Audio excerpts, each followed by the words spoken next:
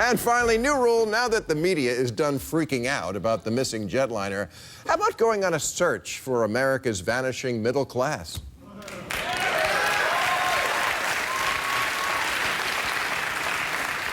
Now, I say this because the number of Americans who identify as middle class has never been lower. And if you don't believe me, just go shopping. The stores like Sears and Penny's that always cater to the middle market are dying. But you know who's doing great? Tiffany's and Gucci and Cartier for the Marie Antoinette crowd. And the dollar store for people who don't see a problem with Halloween candy in June. I mean, just think of how many dollar places there are now. The dollar store, Dollar Tree, Dollar General, Dollar Giant, Family Dollar, the 99-cent store, the 98-cent store. Where does it end? Just a homeless guy handing out expired toothpaste for free?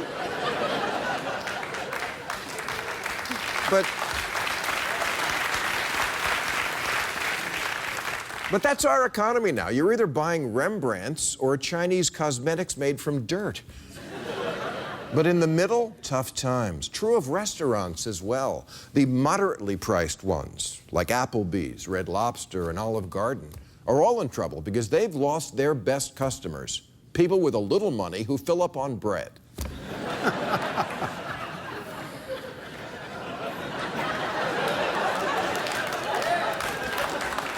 They're the restaurants that say, I still love you, baby, but just barely. 50 years ago, America's biggest employer was General Motors, where workers made the modern equivalent of $50 an hour. Today, America's biggest employer is Walmart, where the average wage is $8 an hour, which means you can share a room in a transient hotel with a drifter who cuts his toenails with a machete. And Walmart released their annual report this month, and in it was the fact that most of what Walmart sells is food, and most of their customers need food stamps to pay for it. Meanwhile, Walmart's owners are so absurdly rich that one of them, Alice Walton, spent over $1 billion building an art museum in Bentonville, Arkansas, 500 miles away from the nearest person who ever would want to look at art. And she said about it, for years I've been thinking about what we could do as a family that could really make a difference. How about giving your employees a raise, you deluded nitwit?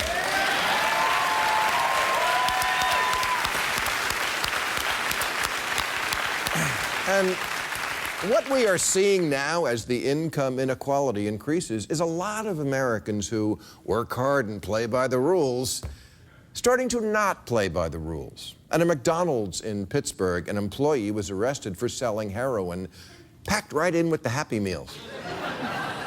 And she didn't do it because she likes heroin, although it's probably no worse for you than the Filet-O-Fish. She did it because you can't raise 2 kids on $7.72 an hour.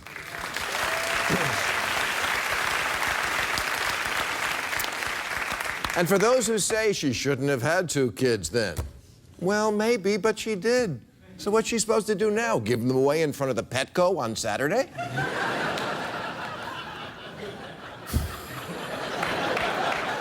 Or take the case of Belle Knox. She's the Duke University freshman who was recently outed as a porn star. But she doesn't have the typical porn star biography. Abused by an uncle, addicted to coke, locked in a closet by Charlie Sheen. No, she's a level-headed, articulate 18-year-old majoring in women's studies, just like I did.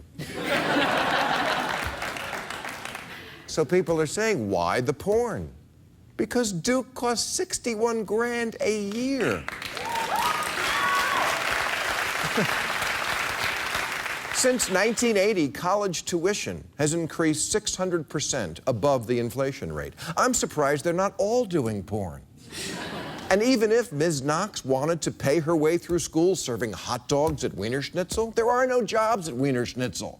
So instead, she occasionally takes a wiener in the schnitzel.